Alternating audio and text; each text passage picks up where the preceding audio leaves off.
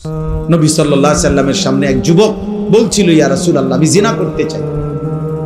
নবীজি সাল্লাল্লাহু আলাইহি সাল্লাম তাকে 5 বার বলছে, যুবক, তুমি যে জিনা করতে চাচ্ছ, তোমার মায়ের সাথে এই কাজটি কেউ করুক, তুমি চাও? যুবক বলছে না। তোমার বোনের সাথে এই কাজটি কেউ করুক, তুমি চাও? যুবক বলছে না। তোমার মেয়ের সাথে এই কাজটি কেউ করুক, তুমি চাও? যুবক বলছে না। তোমার ফুফুর সাথে এই কাজটা কেউ করুক, তুমি চাও? বলছে না।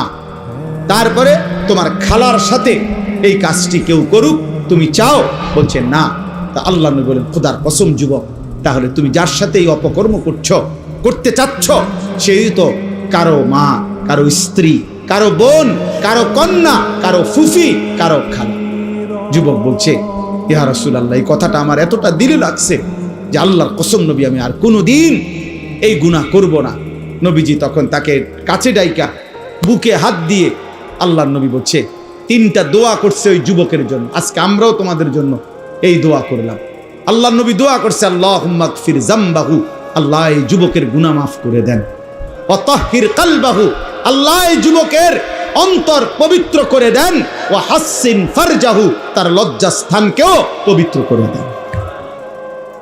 নবী, ওই যুবক বলছে, নবীজির এই দোয়ার বরকতে মৃত্যু পর্যন্ত আর হারাম, ভিন নারীর প্রতি হারাম কোনো কল্পনাও আর আমার অন্তরে জাগে নাই। ইন্নাল্লাহা খাবীরুম বিমা ইয়াসনাউন।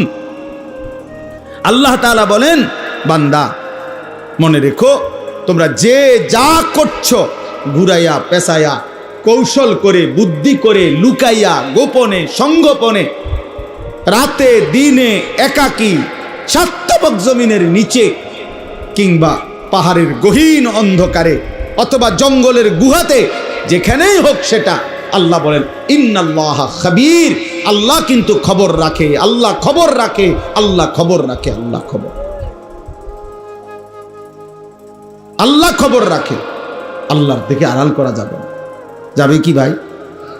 আল্লাহ থেকে আড়াল। ইয়ালামু খাইনাতাল আয়ুন ওয়া মা তুখফিস সুদূর। আল্লাহ বলছে, তোমাদের চোখের খেয়ানত, চোখের গুনাহ আল্লাহ জানে, অন্তরে যে গুনাহগুলো লুকিয়ে রেখেছো তাও আল্লাহ জানে। আল্লাহ বলছে, ইন্নাস সামআ ওয়াল বাসারা ওয়াল ফুআদা কুল্লু উলাইকা কানা আনহু মাসউলা। নিশ্চয়ই তোমার কান, তোমার চোখ এবং তোমার কলব, দিল, অন্তর, 3টাকেই আমি আল্লাহ কিয়ামতের দিন জিজ্ঞেস করব।